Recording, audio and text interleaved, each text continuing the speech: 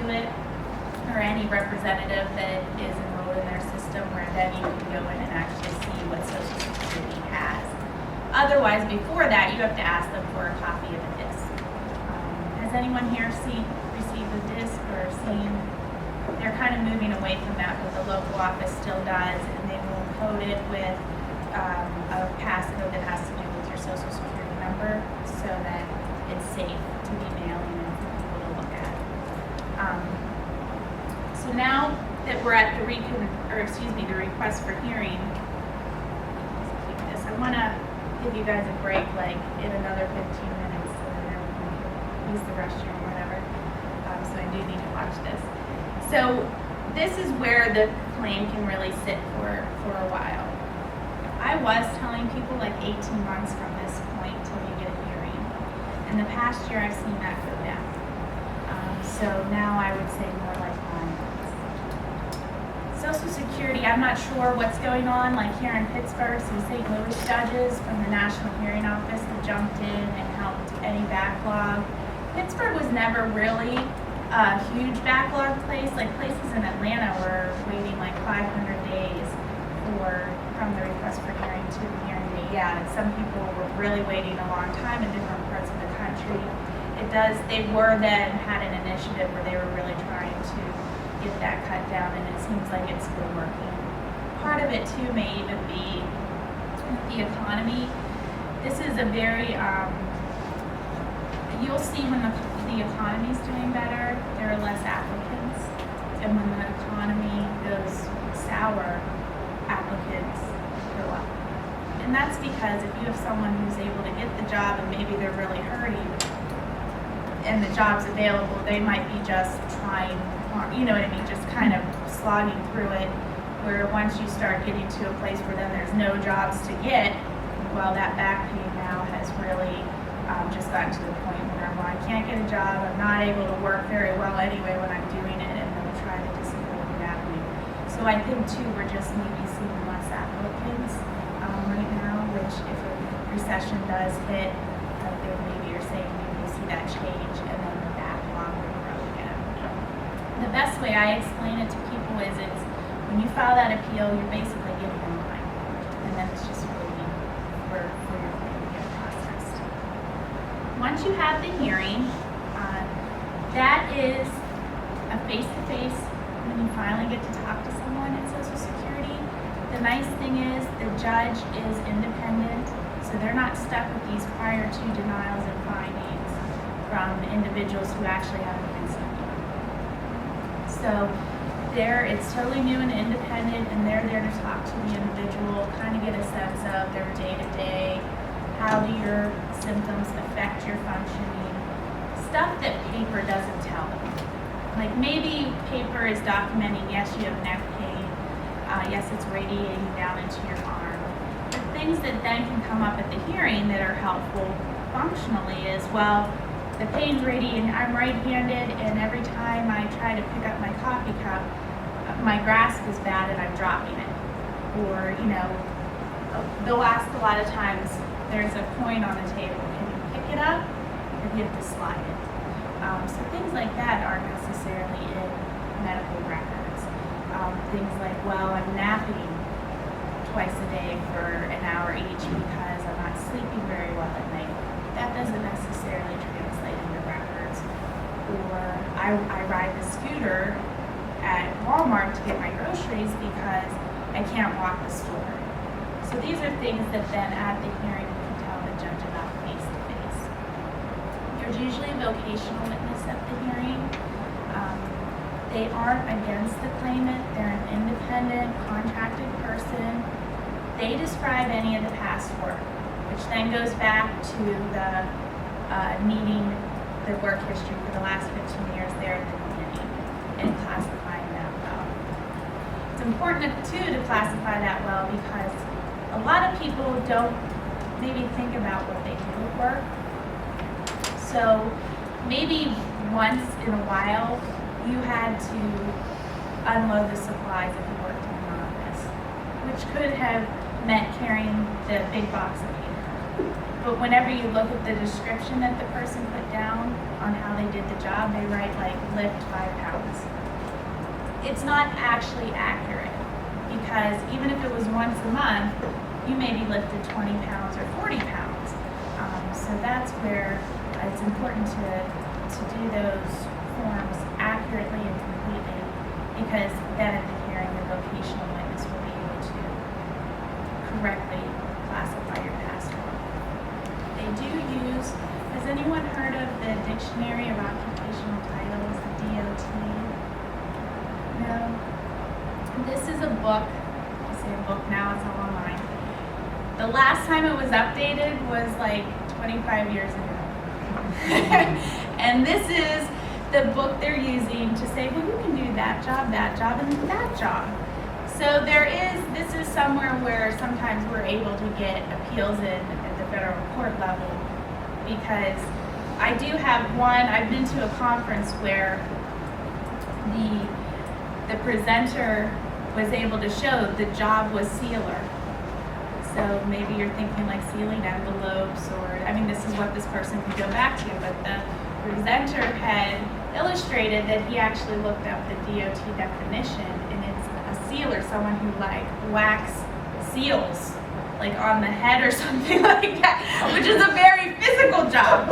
So you can see there is a big disconnect between the current employment world and the employment definitions that Social Security is relying on, and they haven't really fixed that problem. They have done things like there's a SEO, which they've tried to do. It's a survey that then updated things, but the judges aren't really relying on that. You still get the DOT code, and that's the job that the vocational witness will get. Sometimes there's also a medical expert. It's not very often. Judges will call those whenever they feel like maybe they just can't really read this very well. And the medical expert is trying to figure out if you need a listing, yes or no. That's usually their main question. And then sometimes they'll say if they believe the person is limited to a sedentary level, or this diagnosis and the symptoms that I'm seeing, this person is probably going to miss a lot of days. They may give testimony like that. You don't get your decision at the hearing. You don't find out that day. Everything then, it goes back to more purgatory of waiting. The judge then looks at their notes. They sometimes they will get a consultative exam after the hearing. Not always, but sometimes if they feel like they need a little bit more evidence, they'll do that. So it may be held up getting that. And they will give the representative an opportunity to review it and make any comments if that is the case. Usually I see here in Pittsburgh, I tell folks like 3 months for us to get the hearing, or excuse me, the decision. About all I can do is go into that electronic database and check the steps, like post-hearing review, decision writing status, and then close. If it's closed, I know it's getting mailed out to us. So they mail the representative a copy and the claimant a copy. They double check the day of the hearing the claimant's address to make sure they're going to send it to the right place. So that is one important thing. If you're filing or you're helping someone file any change of address, you want to let Social Security know right away, and keep some type of documentation to show that you actually gave it to them. Doesn't mean they're going to actually enter it in and start sending mail to the right place. So you want to be able to show, in case you missed something, well, no, I told you my address changed and you didn't send it there. So you do get the decision in the mail. If it's favorable, wonderful. It's probably about 90 days or less for them to process your benefits. SSI processing is what takes the longest. If it's SSD, they're kind of looking at that number like we talked about that's on your birthday statement. And so they have a sense of how much it is, and then they just have to calculate back how far. And really the only adjustment are any cost of living adjustments over those years. So I find that SSD only claimants see a lump sum come into their bank account fairly quickly, like 30 days, maybe 60. SSI, they have to have another appointment with you. They want to make sure all your income and assets are still under all the thresholds, and if anything has changed. And then for SSI, they're actually calculating each month individually backwards, because you may have had an asset one month that you didn't have the next month, so they're just reducing that month, but this month isn't. So that can take a little bit more time. It also can take some more time if the person has to get the information to them. So I find that usually is the longer run for the wait on getting the benefit. You get your back benefit separate from the first monthly benefit. For SSD, it's just one lump sum. If it's $30,000, boom, that's all in there. For SSI, it comes in 3 installments, because if they gave you that lump sum at once, it's going to throw you over and then you can't get your monthly. So it's about $1,800 each installment. Installment 1, 6 months later, installment 2, 6 months later, installment 3, they give you whatever's left. But what they will do, if it would throw you over the requirements with assets, they give you a spend down time period. The most important thing with a spend down is that you're saving your receipts to show them how you spent it down. They want to know that you haven't stashed the cash in a shoebox somewhere and that you could then live off of it for the next 6 months instead of receiving your monthly. Spending down can be things like you need a winter coat. I mean, these individuals have gone for a year or two, living on threads here, so there's always something people need. They might need a car. I've suggested winter coats.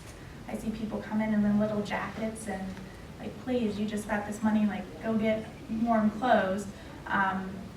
Sometimes people have, like they might have back rent, or maybe now they can get an apartment. If it's that, then what you want to do is show, or a car, you want to show them, maybe you haven't bought it yet, but show them the one that you're going to get, that you're looking at, so that they can see price. And it's really just a matter of documenting it as best as you can, and they'll work with the individual on that. Yes.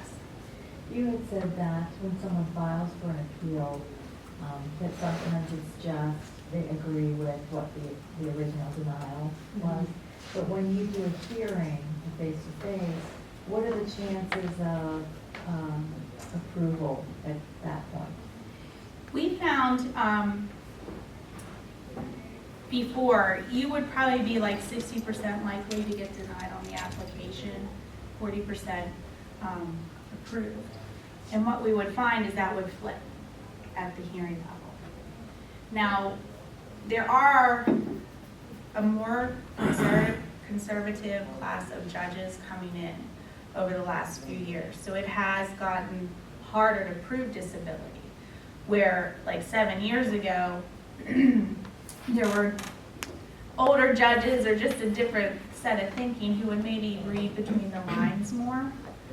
Yeah, you have this 52-year-old with back pain, but they're just seeing the PCP, and they would read between the lines more. Yeah, okay, they have a hard time getting around, or I would think your back pain is making it hard for you to sleep, right? Yeah.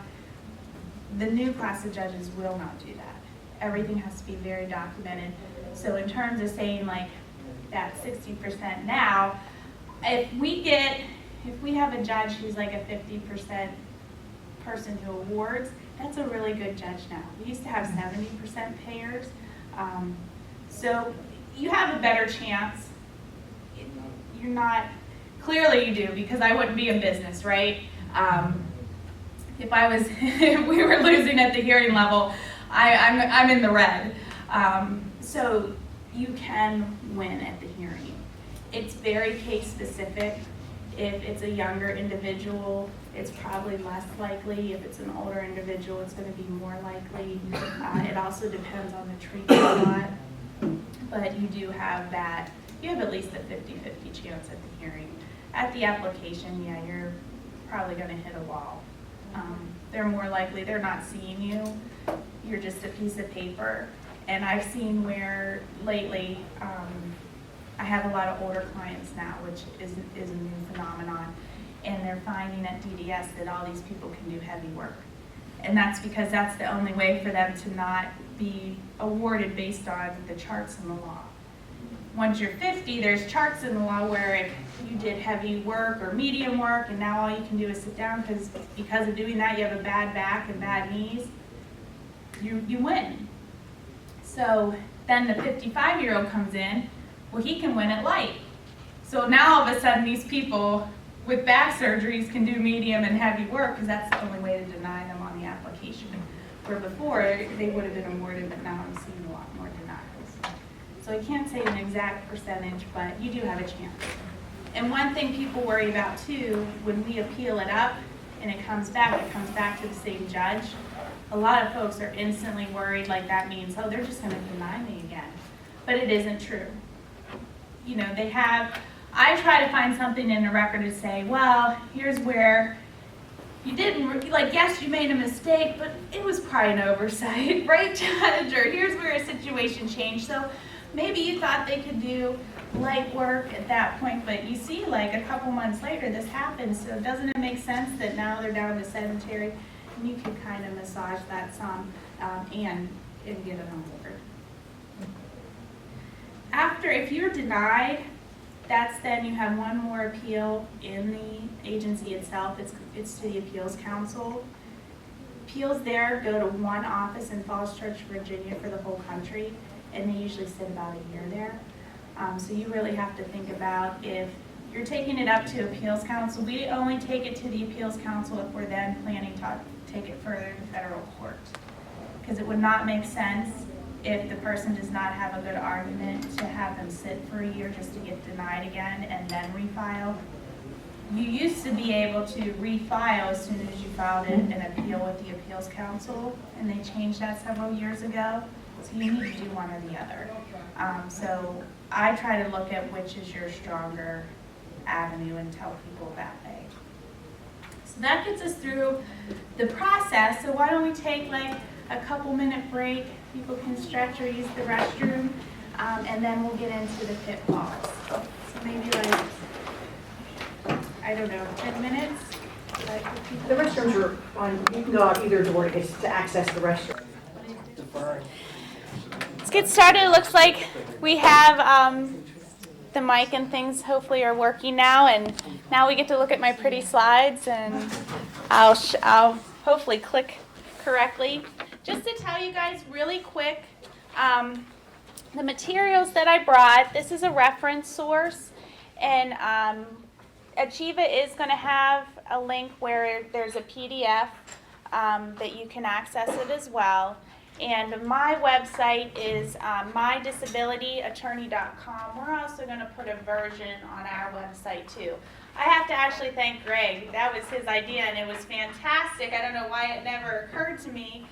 But we're going to update our website as well with a link so that this is available to consumers, service coordinators, anyone who's looking for information. And it kind of goes through all the stuff that the process that we talked about and gives some other information. The other thing, we do have like a quarterly email newsletter. So if you had put your email down, we can send that out to you, and anytime there's new things in the law or changes, we try to get that out. Even with things like there for a little bit, they reinstated cash assistance. I was so excited and tried to blast that information, and I believe it's been taken away again. So anytime we can get helpful information, we try to do that. I think it's really important that in terms of being a community, we know each other and we make connections, because maybe you know of a program that I don't know about, but I'm in contact with someone who needs that program. So I think it's important, even things like food banks, medical clinics, all that stuff, coordination, service coordination, obviously special needs trust. So, anytime if you know of something, this is my email and stuff's in there, please tell me. I would love to know, because if I can share that information, we're really all helping the same individuals, and having a network's always better than going it alone. All right, so pitfalls. So you file the application, you're going through the process. Oh look, yay, it worked. How can this go awry? I mean, we're filing an application with a government agency. This is going to be smooth sailing, right? How could anything go wrong? How could this be a headache in any way? Insufficient medical history. So, the burden is on the claimant to prove their disability. They have to prove they have a severe impairment, which means it causes more than a minimal effect on their functioning. That burden is on them. The burden is also on them to show that their symptoms are occurring and that their symptoms are disabling. So, insufficient medical history, if you aren't going to the doctor, that's going to be a problem. You have no evidence. The main place where I find this is if you only treat with your PCP. So you might have someone who's depressed, sees their PCP every 6 months, and gets their prescriptions through them. That gives so little evidence. A judge just is not a judge or Social Security. I'm so used to talking about judges, but when I say that, I mean just Social Security in general.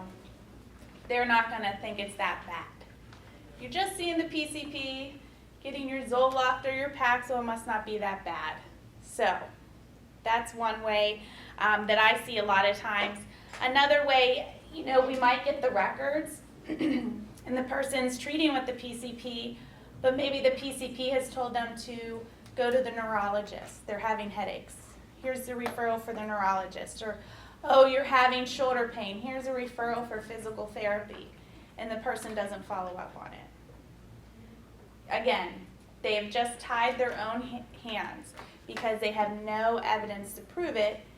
And in addition to not then having the documented evidence proving that the symptoms are continuing, that they've tried different modalities of treatment, that the treatment's not helping, or what is left despite the treatment, they kind of look again like, well, you were told to go to the neurologist or go to therapy and you didn't, so it must not be that bad. They're always going to default to it must not be that bad. Social Security is not going to make any move to bend over backwards to try to help you prove your disability. It's on you. So that's why doing what your doctor says, first of all, going to treatment, doing what your doctor says is very important. The other part of that I would say is telling them each time that your symptoms continue.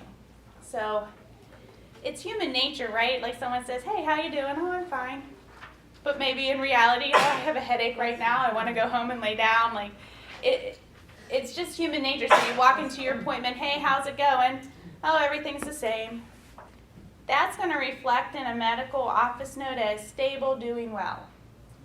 Where if you go in, and even though maybe you feel like you're just being repetitive, it gets documented, which is what we care about. So you walk back in, how you doing?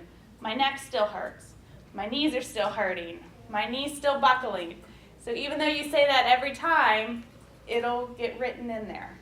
Instead of, Social Security loves to see stable, doing well. Okay, you're fine. Stable doesn't mean you're fine. Stable means that you have pain that is 6 out of 10 on most days, and that you have to take breaks with things, but they're not going to read between those lines for you. You need to document. The other problem where I know that people in real life run into in terms of, oh, well, sure, the doctor told me to go to physical therapy, but I didn't. No insurance, no transportation. That's reality. We're working in Social Security's little bubble, so the best way to combat that is to be telling your doctor.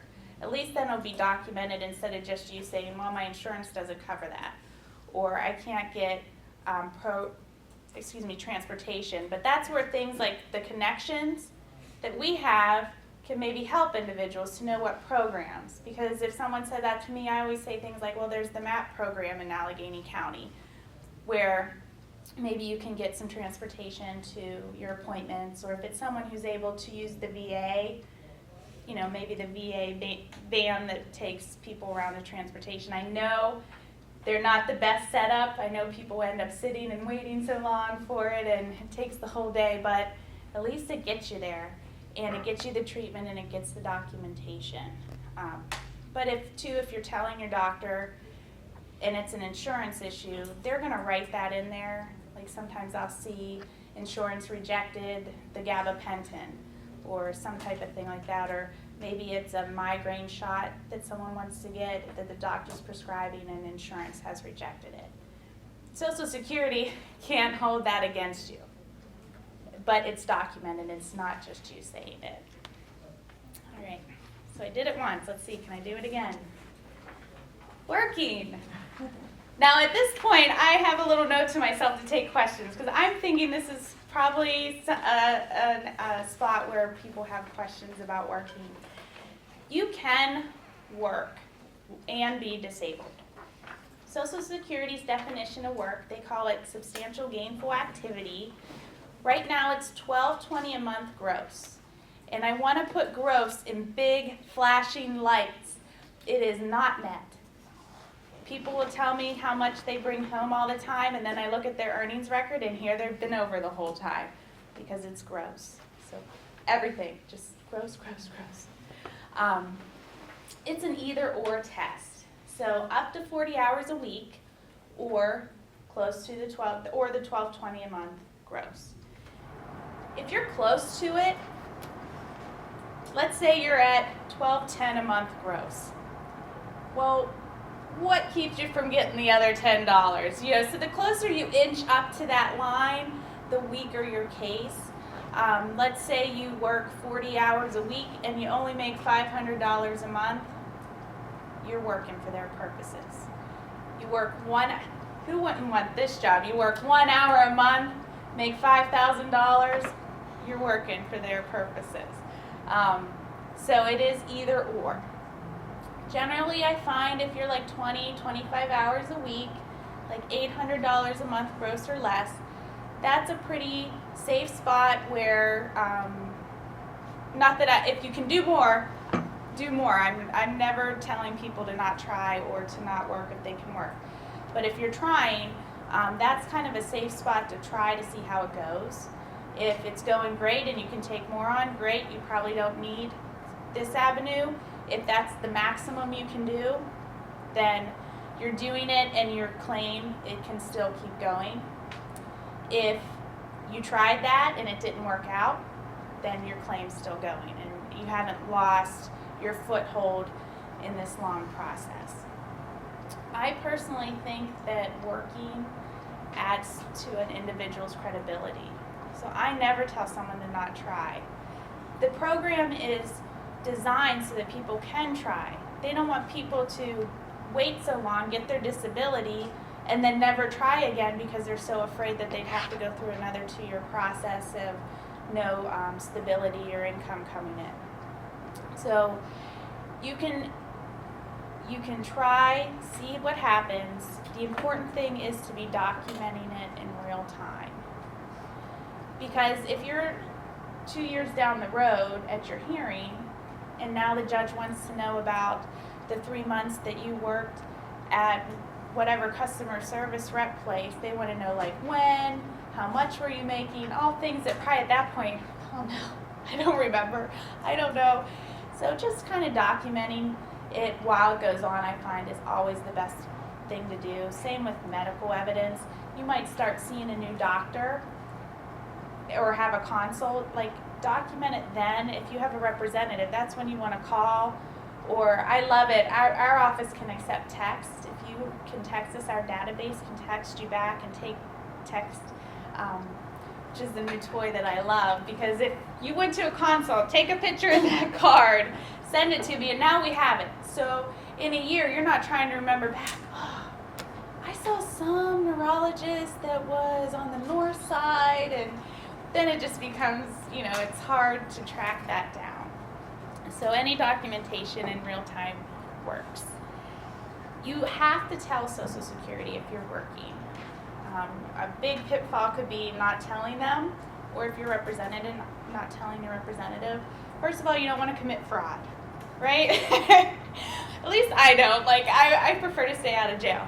The burden's on you. They're not going to try to find out if you're working, but if they find out that you're working and you haven't been telling them and they've given you money, you have an overpayment and you're looking at like some not fun questions from them. So you always need to document it, tell them, and maybe even just keep track of the fact that you told them, especially if it's someone who's receiving SSI, because every month it's going to affect their benefit and they are not going to be processing it in real time. You're always going to find you have overpayments and underpayments that are like a month or 2, 3 delayed. So just keep your stuff documented. One job that I find in the past year, I would say, that I've been running into as I don't want to say a problem job. I mean, clearly it's a job that is serving a community and letting some people work, but is an Uber or Lyft driver. This is a job where people think, oh, I'm just going to kind of do some Uber. This is part-time. I do it as I need to. So clearly this isn't going to affect my disability because I can't go 9 to 5 in an office all day. I had a gentleman not tell me that they were doing Uber, and then we're getting ready for the hearing, and I look at their earnings record, and he was able to make $40,000 a year driving Uber. Which his argument was, yeah, but then I have to take out costs for my car and gas. But the point is, you did enough hours that you were able to drive and make $40,000, which is like, we were just blown out of the water. We had no disability argument there. But again, he didn't tell us, he didn't tell Social Security, and he just kind of thought, oh, well, it's part-time, it's under. So Uber driving, you really do just have to watch, which he's better off Uber driving. Like, clearly he's making more than he would on any SSI, and it works for him with how he needs to be flexible. So in that way, Uber's great. But if you're doing it while, it's just hard to document. So if anyone's doing that, it's important that they try to keep an idea of their hours, because then, it's, well, how many hours are you doing this a week?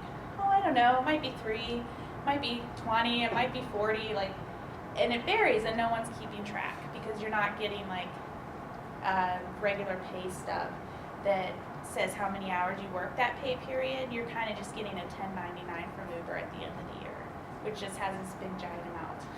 So, do I have any questions on work? Because I'd rather just take these questions now, because that's usually where I find the most questions in terms of. So if a person's working part-time and they have, through OVR, a job coach, so there's work accommodations, do they look at that now, at that point? That is actually evidence that they're disabled. If they're working through OVR, and I mean, yes, they're looking at the information, and if they're on SSI, it's going to matter in terms of figuring out their benefit amount for the month. But if you're trying to prove disability, that is not competitive work. So that's actually evidence that they're disabled. And that's where someone, like with autism, or maybe a borderline intellectual functioning diagnosis, and they're working with OVR, that's the best evidence you can have, because it's just a technical, no, this person's in supportive employment. That is not SGA. And we can win on that. I just had a hearing with that issue Wednesday. But the OVR report said this person needed supportive employment. And the judge asked the hypothetical, and in it, he added the limitation of this person needs extra supervision 2 to 3 times a shift. And the vocational witness said, that isn't competitive work. Now you're getting into accommodations. That's supportive employment. So anytime you can work with OVR, that is a helpful thing. If anything, it either gets the person placed so they can be independent and they don't need this, or it's documentation that they can't do competitive work, and it's really good documentation if OVR has said this person needs supportive employment. Or I've even had where the report comes back, like we can't even place them in supportive employment, they wouldn't be able to do that. That's a really nice get. Yes.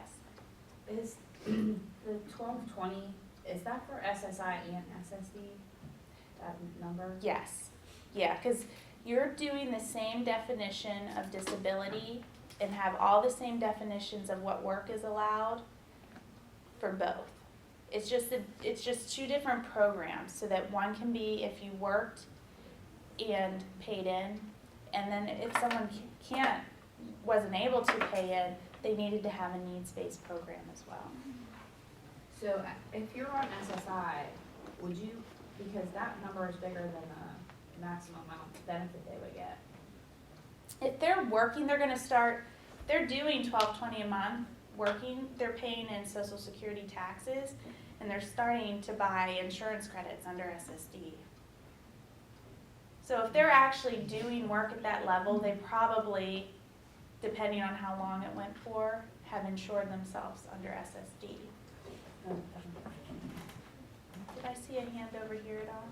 Are you talking about qualified quarters for SSD at that point? I am, yes, Okay. yes. Because that's about, I believe it's $2,000 a quarter to buy a quarter, and you get 4 a year. And usually we say if you've worked 5 out of the last 10 years, you're probably insured for SSD. Once you start getting over that, you have what's called a date last insured. So let's say, for example, your date last insured is December 31st, 2018. To get SSD, and you're saying you became disabled January 2015, you have to prove you were disabled before that December 31st date of 2018. Because this is when you have insurance credits, when you're safe under that program. But if you're found disabled January 1st, 2019, you're no longer insured for SSD. You would hopefully be, if you're depending on your income and assets, able to get SSI.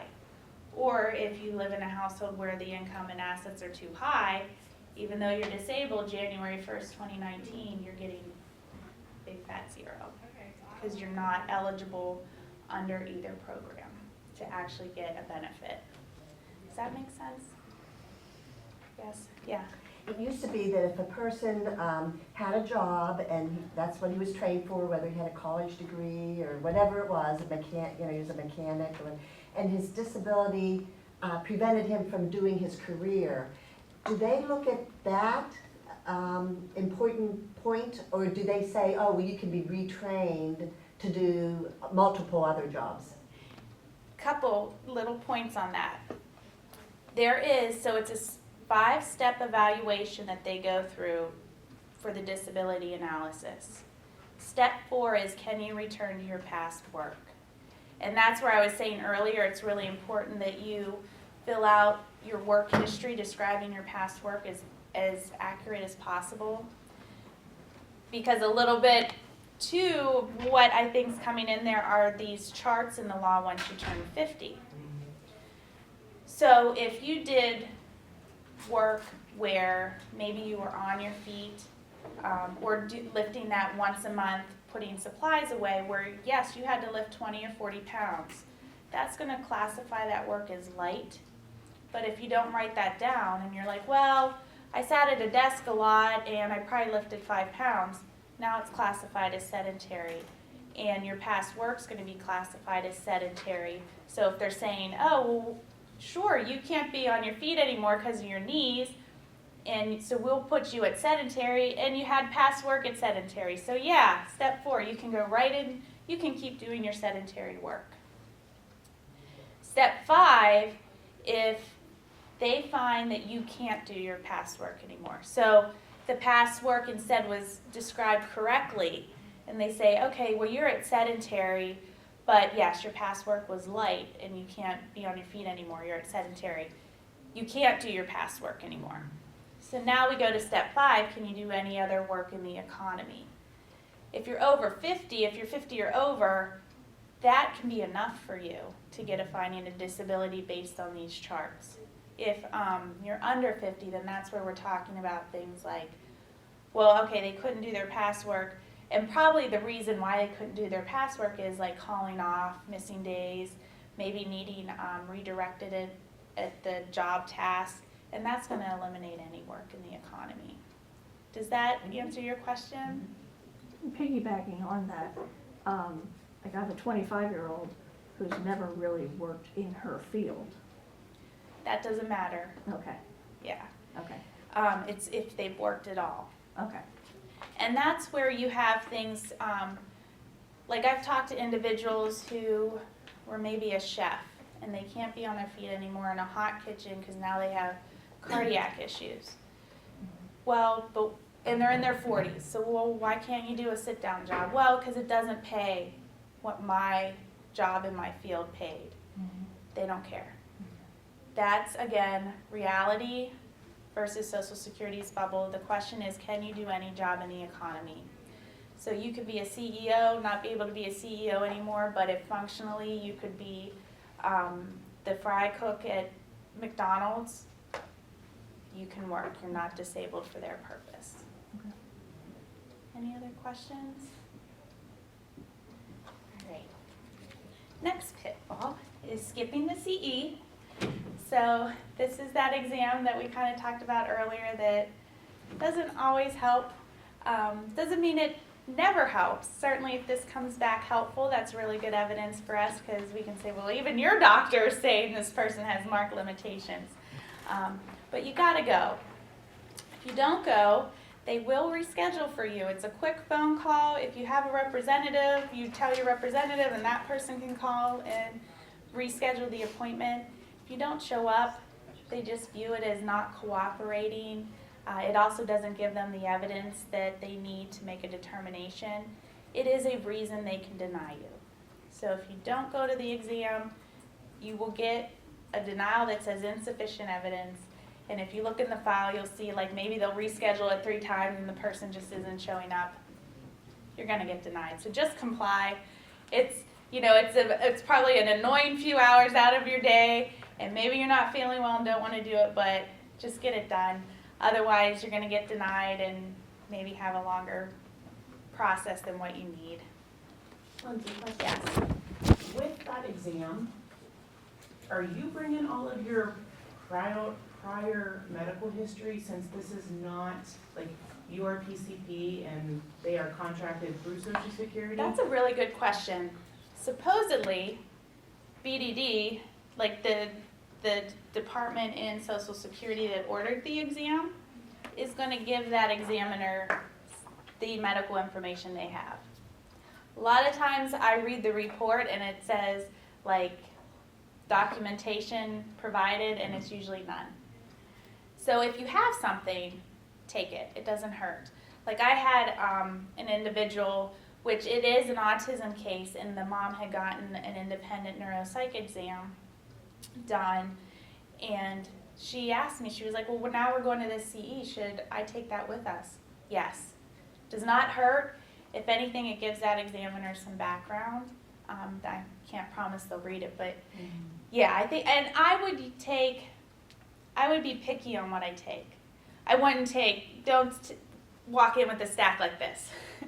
They're not gonna probably look at that, but maybe you have a discharge sheet from like a recent hospitalization, or maybe you have an operative report from your back surgery, something that's a few pages that can give them the important points. I think that is only helpful. So what's truly going on in those exams then? If like, you don't really bring the documents, so is it more so a physical, mental exam and just, do you have this? Yes. Do you have this? No. Yes. It's going to be separated at least. Mental health will be a separate mental exam. If it's a physical one, then it's a physical. Yeah, I have never been in one myself. I only hear reports, and it sounds like it's things like, oh, how are you feeling today? I'm okay, and they'll have some physical, you know, they're looking for swelling in joints. Did they get on and off the exam table without assistance? Some things like that physically. A lot of times I almost see normal findings on all of them. Mental health, they do like a mental health interview. They take, the person tells them their symptoms, and then you have the normal like serial threes or 5 words, spell world backwards, or the 5 words after a few minutes testing. And a lot of times those come back as, well, the person could do something simple and unskilled. From my understanding, the physical ones, I hear complaints all the time, it's like 15 minutes. Yeah, so I don't know how well they're really getting examined there, and if they're not seeing even any past medical information, it does make it for a hard thing. And one thing I check for, they're supposed to get a doctor that's actually relevant to the condition. So I've had things like where it's a migraine case, but it was a gynecologist doing the exam. So sometimes I can kind of poke holes in that report, like, really? So we're going to have this gynecologist's opinion here when we really need a neurologist. So that's sometimes where, a lot of times they're internal medicine doctors, but occasionally they've gotten better. Probably too many reps have figured that out and started checking. That there, a lot of times they're just internal physicians. But if you do have something, say like fibromyalgia, and the judge gets an exam after the hearing, you can say, hey judge, I want that to be with a rheumatologist. And a lot of times the judges, which is another nice thing about the face-to-face with the hearing, you're talking to the person, so they say, yeah, that makes sense that it should be a rheumatologist, and they'll put the order in, I want a rheumatology exam. And if it comes back that the exam was done by a neurologist, a lot of times the judges actually get mad because what they asked for wasn't done, but then they say, yeah, like, this isn't right. So that's kind of, And is there a copay attached to that? no. Social Security pays for that. Yes, yes. Any other questions? All right. Social media is our next pitfall. So this can be important because what we know about social media is you can put a pretty face on, but maybe that's not real life. Like I saw a meme where it was like the front of the apple is the social media face, and on the back it was all eaten out. So how it's not maybe an accurate reflection. But if you're applying for Social Security and you're putting on social media like all these great pictures, you're out fly fishing this day, or you're, out at a Broadway show, whatever, you're leading this great active life, that is completely contradicting your disability argument. And maybe the other side of that apple is, oh, I got up off the bench for the one picture, and then I went and laid back down while my family was fly fishing because I felt like crap, because I had a headache and I couldn't do it. So that's totally different, but you're not putting out an accurate picture there. And if you're really active on social media, Social Security can look at that as, well, if you can sit and be on a computer for how many hours during the day doing that, why can't you sit and do some data entry or sit and take tickets or something? So I think people just don't maybe think about it. It's a mindless thing to play on with your phone, right? And but there are some pitfalls there. So if you are applying for Social Security, you just want to be careful of what face you're putting out there, because any message you're sending out there is going to get wrapped up, and maybe you're not sending an accurate message, so you just want to keep that consistent. This is a similar one, talking about your vacations and activities with your doctors. So back whenever I was saying, like, you want to walk in and tell them, yes, my neck still hurts, my knees still hurt, even though you feel like you're saying the same thing over and over, so it gets written. If you walked in, yeah, everything's the same. Okay, so stable, doing well. Oh, so what's going on? Oh, I'm going to California for 2 weeks to go out to my cousin's wedding, and I think we're going to go to Napa Valley. That all gets written in there. So then the office note looks like, stable, doing well, going to California for 2 weeks. We'll be visiting Napa Valley. That sounds a lot different from someone who has neck pain and knee pain. And again, maybe what happened is that person spent most of their time in the hotel room because they went and walked down to breakfast or walked around a little bit, and that flared their pain, and now they're laying down while their family goes out and tours Napa Valley. So it's a very different picture, and it's not an accurate one, but the judges will love to use that. They ask about it at the hearings. Like anytime I see that in the evidence, that's how I prep my client, because I say, so how was that vacation in California? I gotta know, because I need to be able to come back to say, oh, so what were you actually doing during vacation? Oh, I felt like crap. I was laying down in the hotel room. Because they're not going to ask about that. They're just going to be like, I can see the decision getting written. Oh, is able to fly out to California, or if you drive, oh my goodness, is able to handle long car rides despite back pain. So back pain must not be that bad. So that's certainly chit-chat with your doctor, but if you're doing that, make sure the next visit you say, oh, this is how my vacation actually went, because then it gets documented. Would the doctor purposely ask a trick question such as, describe your best day to me? Instead of saying, well, describe the worst day to me, he said, tell me about your best day. The judge? Yeah, or no, the doctor that maybe you're sent to a consultation doctor. They might. Probably what they're going to say is, I don't think they'll say to you, describe your best day to me. What I see a lot, and judges, all judges pretty much ask this question, tell me about a typical day. And what goes on is if the person then makes the mistake of describing a day where they're functioning, sometimes people just automatically describe their good day for that, like what's a typical day, because maybe they have a bad day 2 days a week, which would be 2 days they were absent, and there's not going to be a job you can do full time missing 2 days a week, but they're describing the other 5. Which sounds like they're more active than what they are. I mean, there are judges who I can't go into someone's mind and say their intentions, but I'm certainly sitting in hearings getting angry because it sounds like they're walking them down a path that I can see them writing the decision. And I, like similar to my person I just told you about who had the OVR report with supportive employment, we're in that hearing, and this person is now in like a life skills program through age 21. So not everyone gets placed in that program, right? Like you don't get your diploma held and put in a life skills program for another 2 years if something isn't wrong.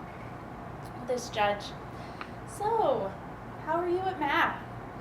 Of course, I have a borderline intellectual functioning individual who believes they're more capable than what they are. They want to be, and I'm not that I don't want them to be, but they always describe themselves as more functioning than what the reality is, because maybe they just don't have the insight.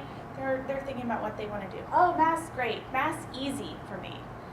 Oh, well, how about reading? Oh, I love to read. I read chapter books. Oh, well, what did you have a hard time with in school? It sounds like you're really, I was getting angry because he was saying, like, it sounds like you're really smart and school was pretty easy for you. Woodworking. Okay, so, all right, you just had some problem with woodworking. So when it's my turn, all right, were you in the special education classroom? Oh, yeah. How much of your day was in the special education classroom? A lot. So, math, were you in the special education room for that? I literally walked this person through it. Math was special education, reading was special education, science. I said, what about woodworking? Were you in the regular classroom for woodworking? Yes. How about gym? Were you in the regular, like, completely a different story from what the judge was walking her down the path for, where she didn't even realize how she was hurting herself. And it makes me angry because it's pulling contorted information so that then he can write a decision saying, oh, but this person can do math, no reason they can't do simple change. They can read, so they certainly can understand simple instructions. So, yes. All right. Time is, I just did want to get too off. Okay. Number 6, not returning completed forms. This is a lot more in terms of the application. That's when people find a lot of questionnaires get sent out trying to gather the work information, the medical information, and then they also do like a daily activity questionnaire, or if it's a pain case, a pain questionnaire, because they're trying to get some answers to your functioning. If you don't return those, similar to not going to the CE, it's a reason they can deny you. You're not being compliant. So you want to get that in there because you want to complete those forms talking about how you take breaks with activities or how you're actually doing them. People too will complete those forms and maybe it says, it has like check boxes. Do you wash the dishes? Yes. Do you go grocery shopping? Yes. So again, you can make yourself look very active if you don't then write in the little box like, I go grocery shopping once a month if it's my good day. I ride the scooter. My friend goes with me and carries in the groceries. So you just kind of got to think about the information that you're giving. And again, trying to give an accurate picture because they're not going to try to pull that info out of you. They're happy that, oh yeah, you do dishes, you go grocery shopping, so you're fine. Denied. Next file. Okay. Failing to submit medical evidence. This kind of goes a little bit in hand with that first one with not having a good past medical history, because if you don't go, obviously you don't have the evidence to prove it, but if you don't give it to them or tell them about it, you also don't have the evidence then. And they have changed the rules. They made the burden on the claimant stricter in terms of you have to send in or notify them of any medical information that is material to the question of your disability. So if you get a report from your doctor and your doctor writes, this person can work, you have to send that in. Yeah, so I mean what that report tells you is maybe this isn't an avenue for you. But you have to send that in. If you don't provide all that information, then you can be in trouble with them under the rules for things like fraud. So you definitely don't want to play with that fire. But two, if you don't, maybe just because you forget that you saw the neurologist on the north side and you didn't tell them and you didn't get them that evidence, no fault of your own, but if they don't know about it, if you don't tell them, they don't know about it, they can't then factor that into the equation. So you're only hurting yourself if you can't get all that in. And how far back would you go? Like, To the date that you're saying you became disabled. If it's SSI only, just back to the application date. So if you're, sometimes, let's go back to our 2015 person. But maybe they kept trying to work, but they took FMLA and then they maybe was able to go back for more than 6 months and then they had to take another month off and then drop to part-time. So you have a progression. So I know it's relevant if you're thinking about it like, well, but my back pain started in 2015. They will look at it as a history, but they're not really assessing that medical until the date you're saying I became disabled. Yeah. Because many of these forms and requests are done online, if a person has low vision or blind and they don't have that adaptive equipment, are they allowed to say that somebody else answered my questions for me? Or Yes. and they're allowed to say that, okay? Yeah, on the forms a lot of times, it'll have on there if someone else filled this for you. Okay. Or like the application, one of the first questions is, are you the applicant? Are you someone helping the applicant? And there is a vision question, so that if you need your paperwork to come in the larger print, that notifies them and you'll start getting the larger print letters. Same with if you don't speak English. They'll send I've only seen it in Spanish, though I've had a lot of Nepali clients who are refugees here in the area, So I've never seen their personal letters. I don't know if it comes in that It does. language. Does it? Okay. Yeah, I had somebody a couple years ago. And Okay. They translated it over. Yes, and we'll have a translator at the hearing too. So, but to start it out, they won't know those things. And yes, you can have someone help you. Also on all the forms, even if it's later in the process and it's the pain, let's say the pain form, you can have people helping you. And my office will even help fill out forms with people, and I'll like sign it with them, and I'll write things like, I completed this form with the person over the phone on this date, and then I'm signing attesting to the information, just to try to, especially if we have a deadline, to try to get it in. Because again, we don't want denied because we didn't send something in. All right. Oops, that's not my, here it is. Are we good on time? Yes. Late appeals is next. This, if you miss that 65 days, you're gonna have to start all over. So you don't want that to happen, because again, we were talking about this can be a long process.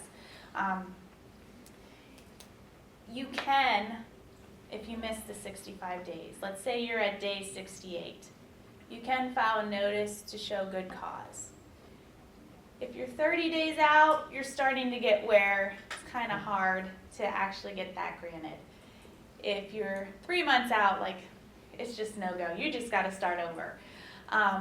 Something that could possibly be granted for a notice to show good cause. What you would do is you get your denial, 68 days has run, and you notice that you missed it. You file, you call your local office, and you get the appeal in anyway, but along with a notice to show good cause. It gets sent up to the hearing office, or if it's on the application to someone in the local office, where then they review your reasons for filing late. They may say, okay, that makes sense, we'll grant it, and then your claim can keep going. If they deny it, then you need to start over. So if you don't have a good reason, it's just better to start over, though, instead of maybe waiting 3 months to get an answer on the good cause.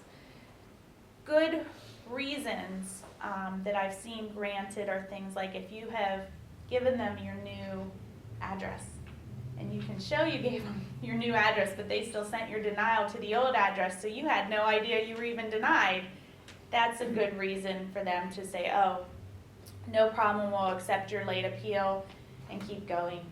I know if someone's in the hospital, that's like an iffy one. Only because, yes, it's a good reason, but they probably weren't in the hospital for 60 days. So the question is, so for 2 whole months you couldn't get to this or have someone help you? So that starts to kind of become a problem. Homeless individuals can usually get it granted because, again, it's an address and notice issue. So you can file it, but if you don't have a good reason, it's not worth wasting the time because then you're just going to get sent back to the beginning anyway. So you really don't want to miss these. And that's where too, which, oh, well, we'll go to the next one and then I'll go to number 10. Not attending the hearing. It does happen.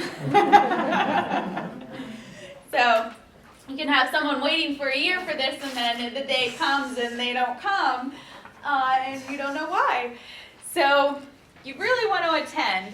The judge can either just have the hearing without you if you don't show up and deny you, unless it's some wonderful angel from above who is a judge and has decided that they're going to grant this kindness and pay you anyway. You're probably going to get denied. You weren't there to kind of show them a face-to-face, tell them how your disability is affecting you day to day, and it kind of sends the message of, it's not that bad, or I just really don't care, and that never goes over well with judges. So you always want to show if something happens that we can get these postponed. I mean, not that you want to do that because you're waiting, but I certainly have had people who are in the hospital. I call the hearing office. The judge isn't going to say, too bad, you still ought to be here. They're going to reschedule it. I've also had where the person gets lost the day of. I mean, that can happen, and they will reschedule it. Again, they issue on this as well a notice to show good cause. You explain. A lot of times they accept it. If you don't respond to the notice of good cause, that just even doubly shows you just don't care. So they're denying you or dismissing it. If you were lost, and sometimes what happens is, 30 minutes later, the judge has already moved on to the next hearing and the person shows up, which shows that you came and you got lost and you were trying. They usually just reschedule it. But don't not show or tell them why. And then that just takes us to kind of the last one, not having a representative. A representative can help you kind of avert a lot of these pitfalls. We can help you in terms of we're backup for all the denials. They're mailing them to us too. Tracy in my office is awesome on her tasks. I love her because her task list is like done every day. So if she gets that denial in, if the appeal isn't filed that day, I know by the end of the week, we have 60 days. So if it's like filed in 4 or 5 days, she gets right on those. Because you also don't want that even sitting. If you then wait 60 days to file, that's another 2 months you sat there unnecessarily when you could have jumped into line for a hearing 2 months sooner. So a representative can help you with that. We obviously will get the medical evidence for the person. So a lot of times, like my clients don't feel well. So for them to sit, contact all these doctors or run around, pick up their evidence to then get it to Social Security, that's just something a representative can take care of for you, especially too if you're telling them the whole time as well. They're keeping track of all that. So that also takes that stress out. Oh, I got to keep all this straight. A representative can help if you've done some work. You may think, okay, well, I worked 3 months at full time, so my claim's done. A rep's going to know how to take those new facts and figure out what your possible argument is now, factoring in the new facts. If it's 3 months, even though it was full time, we can argue it away as an unsuccessful work attempt. If it's 6 months full time and you were accommodated, we can argue it away as an unsuccessful work attempt. Maybe it's 8 months full time, but you had, before you did that, you had 12 months where you didn't work. We can look for a closed period, lump sum period of disability to argue for. So a representative just will have some insight of the little ins and outs that maybe just navigating it on your own, you wouldn't be just know, because there's so much. We also will get you ready for the hearing, kind of give you an idea of what to expect. Like my office, we do a couple preps. We do a general prep, and then myself or whoever the attorney is that's going to be with you at the hearing the day before does a check-in too for, and that's where I focus more my questions on it. These are the weaknesses, or your records talk about you went to California for 2 weeks and we're in Napa Valley. So I anticipate the judge is going to bring that up. That the general one of just tell me in your own words why you can't work, what's a typical day like. We'll do the general and then kind of a more very specific for you type of prep. As well as just being there a half hour to an hour before the hearing for any last minute questions, because sometimes you get off the phone with someone and then they remember, oh, I was wondering about this, or things like that. We're also there to question the vocational witness. So they name those jobs, and like I told you, the dictionary of occupational titles that they rely on is like 25 years old. A general person going through this on their own isn't going to probably even know that. Or know like what little things to maybe question the vocational witness on. Sometimes my office as well, because we're always looking at the long game. I love, my husband says it best, I think. He says, we either make it hard for you to deny the case at the hearing level, or if you deny it, make you look really stupid doing it so we can appeal. So we even do things like after the hearing, maybe we have a post-vocational report kind of thing, because say with something like the sealer example, they name those jobs. Well, we can't respond in immediate real time. Like I can't be on my computer looking up each DOT number because the judge is keeping us rolling through the hearing. But if I go back to my office, look up sealer and here it's someone who has to be doing this heavy hitting seals on the head job, I can kind of, hey judge, like, as I was able to go back and look at this isn't very consistent, and maybe get a vocational report from someone else and get it in. So there are things that a representative can help you with in terms of navigating the wonderful world of Social Security. I do have, the next slide's just my info. Please always feel free. Like I said, we are going to try to put this reference book on our website, and Achieva will have it as well. But I'm always happy to answer questions. If you have my email, it's nothing to ask me a question. I'm not a normal attorney where like you're charged for asking me a question or something. No, just ask me questions, and hopefully our e-newsletters and things like that. We're also on Facebook and LinkedIn, where we try to post information and articles. So, hopefully we can help be a resource. Yeah. Sorry. Does family history play a part? Like mental health? No, like almost like physical, like degenerative joint disease. If your family members have it and you can show that, like, would that help to have that background? No. Only because that's not answering the question of how is it affecting you, Right. and how is it affecting your functioning. Because you could have a family history of MS, and maybe you have now been diagnosed with MS, but just having the diagnosis alone doesn't prove that you can't do even an unskilled sit-down job. Just having the family history, because I do have people who ask me, they say, but this is in my family, and I watched my mom deal with this, and this is the road I'm on, and it's going to get worse. And that's, again, reality versus their little bubble. Because you could be diagnosed with anything. You could have diabetes, or actually cancer is a good one. You would probably be surprised, but cancer is a hard diagnosis to get disability for. And I can give you, my husband had colon cancer a year ago now, but chemo is 6 months. So you never meet the 12-month duration. So anytime I have an individual who has battled cancer and they were off, let's say by the end, 9 months, the question then is, did the chemo cause any residuals? Because sometimes chemo can cause neuropathy. You can also just be really fatigued for a while after. So that's something where you would think like, oh, diagnosis of cancer, I'm disabled. Any other questions? Well, I guess I was wrong, Patty, because I said, oh, just an hour and a half. No, I won't take any more of your time, and it's been the great, full time. thank you. And I am going to pass out this survey real quick, and like I said, one side is for a family member or caregiver, the other is for service providers. You just fill out the appropriate side, and I just want to thank Lindsay, because I think this information is amazing. Thank you so much for coming and joining me.